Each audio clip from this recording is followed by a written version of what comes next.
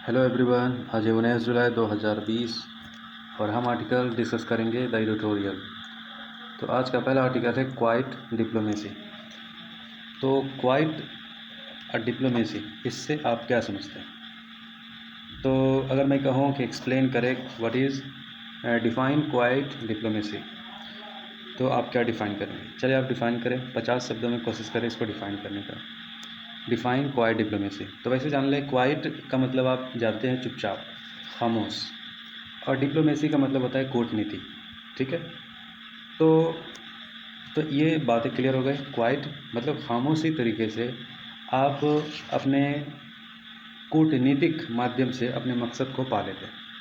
यानी कि कूट डिप्लोमेसी का मतलब ये होता है कि ऐसे तरकीब निकालना, इस तरीके से चीज़ों को स्ट्रेटजी पॉलिसीज़ इस तरीके से बनाना कि आपका काम बस आपकी बातों से और आपके कूटनीतिक व्यवहार से, आपके टैलेंट से और आपके अनुभव से और आपके आर्ट से वो काम हो जाए। ठीक है, तो क्वाइट डिप्लोमेसी का मतलब कि खामोशी के साथ, शांति के साथ, इंटेलिजेंट तरीके से, स्मार्ट तरीके से आपका काम पूरा कर जाए, आप उसको क्वाइट डिप्लोमेसी कूटनीति कह सकते हैं। ठीक है, तो mains GS paper 2 international relation से आर्टिकल को रिलेट कर सकते हैं। तो ऐसा ही एक क्वाइट डिप्लोमेसी की उदाहरण यहाँ पर हम पेश करेंगे इंडियन साइड की तरफ से। ठीक है, 2016 में भारत ने एक चाहबार पोर्ट ईरान के साथ डील की थी, साइन की थी कि चाहबार पोर्ट नाम का एक पोर्ट डेवलप करेगा भारत ईरान में। तो 2016 में इसमें जो पार्टी जो शामिल थे उसमें भारत था, भारत को डेवलप करना था ईरान में, और अफ़गानिस्तान। ठीक है, चाहबार एग्रीमेंट ये था। तो देखिए, ट्रायलैटरल एग्रीमेंट था, यानी कि 3 देशों के बीच में ये एग्रीमेंट थी। तो एग्रीमेंट में ये बातें तय थी कि होना ये था कि establishment of international transport and transit corridor among this country. International transport यातायात कायम करना होगा तीनों देशों के बीच में। ठीक है, तो 2016 में भारत ने ये चीज़ें साइन की थी। तो अब जा कर के इसका कह लें कि एक अच्छा रिजल्ट निकल कर के सामने आया। तो एक अच्छा रिजल्ट कह लें कि ये प्रोजेक्ट जो है Chabahar port to Zahedan on the border with Afghanistan was inaugurated. तो ईरान से लेकर के ये जाहेदान तक जाता है। जाहेदान अफ़गानिस्तान का पोर्ट है, अफ़गानिस्तान का पोर्ट है। ठीक है, तो ये इनोग्रेटेड हो गया, मतलब इसका शुभारंभ हो गया। सॉरी, तो ये शुभारंभ हो गया। This is cause for the concern for India as it is being excluded from the project. ये परेशान करेगा, 1 मिनट। तो ये इंडिया साइड से ये प्रोजेक्ट कंप्लीट कर दी गई है। तो this is cause of concern for India, it is being excluded from the project. तो देखिए, ख़ास तौर से चूँकि ये प्रोजेक्ट हमको ईरान में कंप्लीट करना था, 2016 में इंडिया ने ये एग्रीमेंट की थी, साथ में अफ़गानिस्तान भी था। तो असल ये था कि इस प्रोजेक्ट के पूरा करने के लिए भारत को काफ़ी सारी चुनौतियाँ थी। चूँकि 2018 में ही ईरान के ऊपर यूएसए ने काफ़ी सैंक्शंस लगा दिया। सैंक्शंस क्या होता है? सैंक्शंस का मतलब होता है प्रतिबंध। ऐसा प्रतिबंध आप कह सकते हैं कि सपोज़ डैट आपको आपके घर वाले कहते कि आपके पॉकेट मनी पर सैंक्शंस लगा दिया जाता है। तो पॉकेट मनी पर जब सेंसस लगा दिया गया तो इसका मतलब ये होगा कि पेरेंट के साइड से आपको पॉकेट मनी नहीं दी जाएगी। अब आप कैसे भी अपना पॉकेट मनी का खर्चा निकालो, कैसे भी करो, कुछ भी करो, पेरेंट आपको नहीं देगी। तो फिर क्या होगा, आपकी पॉकेट मनी पेरेंट साइड से माता पिता अगर बंद कर दे तो फिर आपकी लाइफ, मतलब जाहिर सी बात है वो चीज़ें टफ हो जाएगी। जो डेली की आदतें, जो चीज़ें जो पेरेंट्स जो करते चले आ रहे होंगे, वो चीज़ें अब नहीं हो पाएगी, तो फिर मुश्किलें बढ़ जाएगी। तो उसी तरीके से मुश्किलें बढ़ जाती है किसी भी देश की। अगर अमेरिका जैसा देश सेंसस लगा देना तो मुश्किलें बढ़ जाती है। और अमेरिका ने ये खास तौर से ये कहा था कि अब ईरान के साथ जो भी रिश्ते बनाएगा, जो भी ट्रेड करेगा, व्यापार करेगा, किसी भी तरह का डील करेगा, तो अमेरिका उसके ऊपर भी सेंसस लगा देगा। ठीक है, तो ऐसे में ये प्रोजेक्ट भारत को पूरा करना बहुत मुश्किल था। लेकिन चूँकि भारत ने क्वाइट डिप्लोमेसी, एक अच्छी कूटनीतिक कह लें कि सॉल्यूशन निकाला कि इंडिया को अमेरिका ने इस चाहबार पोर्ट को डेवलप करने से एग्जेम्पशन दिया। ठीक है, इंडिया को ये एग्जेम्पशन दी गई। तो 2016 में इंडिया, ईरान, अफगानिस्तान के बीच में चाहबार एग्रीमेंट साइन हुई थी। ठीक है, तो this agreement included trilateral agreement on the establishment of international transport on transit corridor among these 3 countries.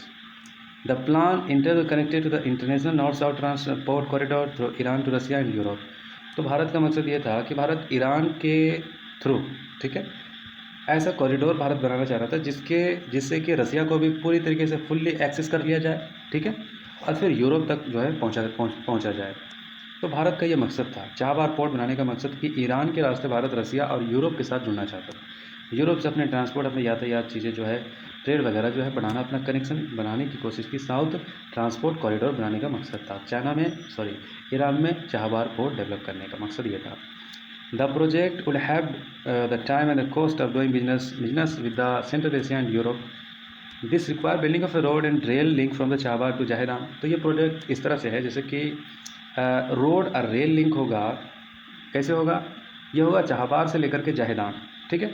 चाहबार से लेकर के जाहेदान रोड भी होगा और रेल भी लिंक होगा, यानी कि रोड के थ्रू भी और कुछ रेल के थ्रू भी। चूँकि ऐसा कुछ वहाँ पर होगी कि रोड और रेल का जो है दो कॉम्बिनेशन वहाँ पर ये चाहबार से लेकर के जाहेदान तक होगा। और फिर देन इनटू द जरांज इन अफगानिस्तान, फिर वहाँ से यानी कि जाहेदान से फिर जरांज अफगानिस्तान की तरफ ये जाएगा। तो एक बहुत बड़ी कामयाबी है भारत के लिए। According to the agreement the railway line is to be the build and funded by the IRCON. तो जैसा कि एग्रीमेंट में ये बातें तय हुई कि रेलवे बिल्ड करने का जो फंड होगा, जितने भी खर्चे होंगे, ये आयरकॉन के द्वारा की जाएगी। तो ये एक पब्लिक सेक्टर यूनिट है गवर्नमेंट ऑफ इंडिया का। जो रेलवे का वहाँ पर वहाँ पर रेलवे बिछाने के जो भी काम हुई और फिर वो जितना भी खर्च हुआ, ये आयरकॉन के द्वारा फंडेड किया गया, जो हमारे ही देश की एक पब्लिक सेक्टर यूनिट है। तो चैलेंजेस था 2018 में, चूँकि US withdraw from the Iran nuclear deal जो कि 5 देशों के P5+1 कंट्री के बीच में शामिल था। चले P5+1 कंट्री क्या है और ये क्या डील था, इसके बारे में कुछ आप कमेंट सेक्शन में बताएं अगर आप जानते हैं तो ये जो डील साइन था, तो इस डील से डोनाल्ड ट्रंप ने, अनप्रेडिक्टेबल इंसान ने, इस डील को विड्रॉ कर लिया। मतलब कहा कि ये डील सबसे बेकार डील है, इस डील को वो उन्होंने स्ट्राइक डाउन कर दिया। तो तब से जो है अमेरिका का बहुत ज़बरदस्त सैंक्शंस ईरान के ऊपर लग गया। तो भारत को ये पोर्ट डेवलप करने में काफ़ी मुश्किलें हो रही थी, लेकिन भारत को इस प्रोजेक्ट में जो है छूट दी गई, एग्जेम्पशन दिया गया भारत की बेहतरीन डिप्लोमेसी की वजह से। तो देखिए, जैसा कि भारत का ये डेवलपमेंट हो गया, लेकिन भारत को इतना से भी खुश नहीं होनी चाहिए, क्योंकि चाइना का इन्वेस्टमेंट, चाइना का जो ईरान को लेकर जो चाइना और ईरान के बीच में जो कॉम्बिनेशन बन रही है, ये भी काफ़ी मुश्किल है। क्योंकि एक साइड में देखिए कि अगर ईरान पर यूएसए सेंसस लगाता है, तो ईरान को यूएसए जो है यूनाइटेड नेशन सिक्योरिटी काउंसिल में भी बहुत ज़्यादा जो है कह लें कि वहाँ पर भी जो है आइसोलेट करता है। ऐसे में कोई ऐसा बड़ा देश जो ईरान को बचा सके, यानी कि उनको यूनाइटेड नेशन सिक्योरिटी काउंसिल में भी कुछ राहत दिला सके, कुछ आइसोलेट होने से बचा सके, तो वो कोई हो सकता है, तो वो चाइना हो सकता है, ठीक है। तो इस चीज़ को देखते हुए चाइना के साइड से ईरान के रिश्ते काफ़ी मजबूत हो गए, ठीक है। 2016 में after the Iran nuclear deal was sign, जब साइन हुआ था 2016 में, तो China propose a long term comprehensive strategic partnership program. देख रहे हो, तो ये डील जब साइन हुई थी तो चाइना ने एक बहुत long term comprehensive strategic partnership program Iran के साथ डील किया, तय की। तो this program will involve the Chinese investment in Iranian infrastructure. तो इस प्रोग्राम का मकसद क्या था? चाइना का, चूँकि चाइना की जेबें भरी हुई है, तो चाइना का मकसद तो ईरानियन इंफ्रास्ट्रक्चर को बनाना था, वहाँ के इंफ्रास्ट्रक्चर को दुरुस्त करना, ये प्रोजेक्ट था। In exchange for the assured supply the Iranian oil and the gas concern parade. और दूसरा कि वहाँ के जो ईरान के जो ऑयल है और जो गैस है, उसके इंफ्रास्ट्रक्चर को और उन पर कुछ खर्च करके एक अच्छा कंसेशनल रेट पर वहाँ के गैस और ऑयल को एक्सट्रैक्ट करना, ये चाइना का मकसद रहा।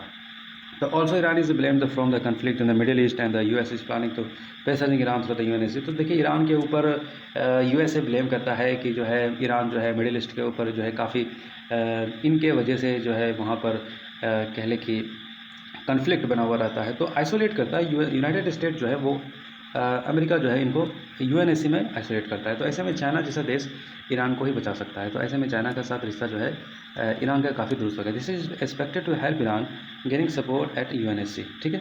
तो यूएनएससी में चाइना का सपोर्ट पाने के लिए ईरान के साथ रिश्ते काफ़ी मजबूत है। इंडिया का रोल क्या है? तो देखिए, इंडिया का रोल बहुत इंपॉर्टेंट है। India can still play significant role Iran and protected its interest because. तो देखिए, भारत काफ़ी इंपॉर्टेंट रोल निभा सकता है ईरान के साथ अपने हित को देखते हुए, क्योंकि ईरान के साथ भारत के कई सारे हित जुड़े हुए हैं।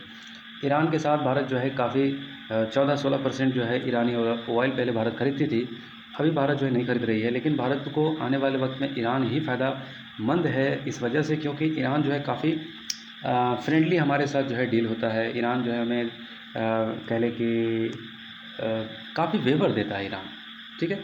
तो both Iran and India share in the antipathy Taliban take over in Afghanistan.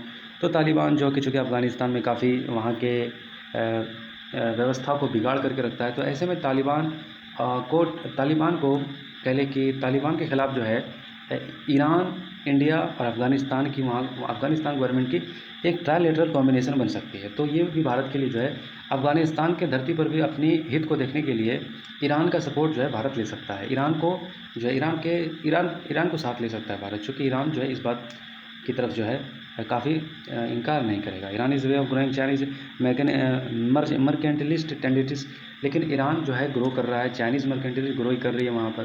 तो ऐसे में भारत को जल्दी करना होगा कि चाइना के साइड में पूरी तरीके से ईरान नहीं चला जाए, जबकि एक कामयाबी हमें हासिल हुई है। तो आगे भी हमें इस बात की तरफ पूरा चौकन्ना रहना होगा कि अपने हित को जो है सेव करने के लिए यूएस के चक्कर में ना पड़ के ईरान के साथ अपनी दोस्ती ख़राब ना करें। तो वे फॉरवर्ड यही है, ठीक है, जो हमने अभी कहा है। तो आई होप ये आर्टिकल आपको समझ में आया होगा। तो समझ में आया तो लाइक करें, शेयर करें, सब्सक्राइब करें, और अगर नहीं अच्छा लगा तो लाइक नहीं डिसलाइक करें और शेयर भी ना करें। Thank you.